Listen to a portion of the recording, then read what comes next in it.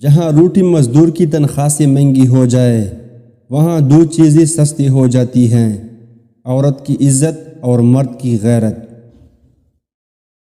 حکمران جب اپنی جان کی حفاظت کو ترجیح دینے لگیں تو وہ ملک و قوم کی آبرو کی حفاظت کے قائل نہیں رہتے۔ اسلام تلوار کے زور سے پھیلاتا یا نہیں، لیکن اسلام کے تحفظ کے لیے تلوار کو ضروری سمجھتا ہوں۔ جس قوم کے شاعر بھی وظیفہ خور ہوں اس قوم کے لیے ذلت و رسوائی ہے۔ یاد رکھو، فوج بغیر قوم کے اور قوم بغیر فوج کے دشمن کے لیے آسان شکار ہوتی ہے۔ دشمن سے پہلے غدار کو قتل کرنا ضروری ہے۔ ایک جاسوس دشمن کی پوری لشکر کو شکست دے سکتا ہے اور ایک غدار اپنی پوری قوم کو شکست کی ذلت میں ڈال سکتا ہے۔ جس قوم کے نوجوان بیدار ہو جائیں اس قوم کو کوئی شکست نہیں دے سکتا۔ دفاع کا بہترین طریقہ یہ ہے کہ تم دشمن کے سوٹ سے بھی پہلے اسے دبوچ لیں۔ امت جان دینا جانتی ہے، یہ سر فروشوں کی امت ہے، مگر ایمان فروشوں نے ہمیں زنجیروں میں ڈال دی ہے۔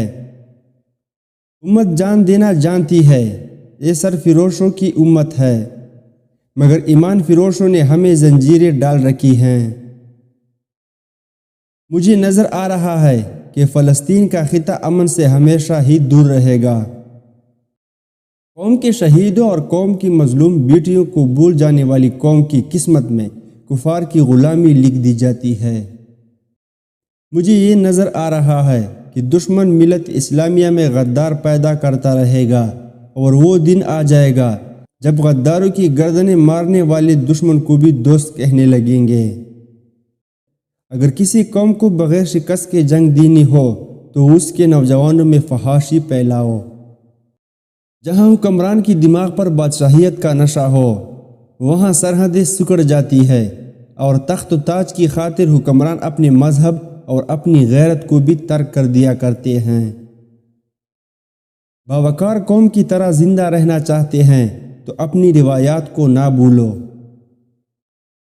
غداری کی سزا اسے دی جاتی ہے جو ملک اور قوم کی جڑیں کاٹے اور دین کی دشمنوں کے ہاتھ مضبوط کرے، خواہ حکمران خود ہی اس کا مجرم ہو، وہ غدار ہے اور سزا کا مستحق ہے۔ دو قسم کی لعنتوں سے بچو، مایوسی اور ذہنی عیاشی۔ انسان پہلے مایوس ہوتا ہے، پھر ذہنی عیاشی کی ذریعے راہ فرار اختیار کرتا ہے۔ قوم کا ہر فرد اپنی جگہ بادشاہ ہوتا ہے، کسی بھی شخص کو قومی وقار سے محروم نہ کرو۔ وہ وقت بھی آ جائے گا جب فوج بھی عیاش سپاہیوں کا گروہ بن جائے گا اور اس کے سالار دشمن کے ہاتھوں میں کھیلیں گے۔ اسلام کا سر بلند دیکھنا چاہتے ہو تو دوست اور دشمن کی پہچان کرنا سیکھو۔ یاد رکھنا، صلیبی اور یہودی ہر دور میں اسلام کی فوج اور قوم کے درمیان نفرت پیدا کرنے کی کوشش کریں گے۔ شیر کو کوئی فرق نہیں پڑتا کہ ایک گیدڑ کیا سوچتا ہے۔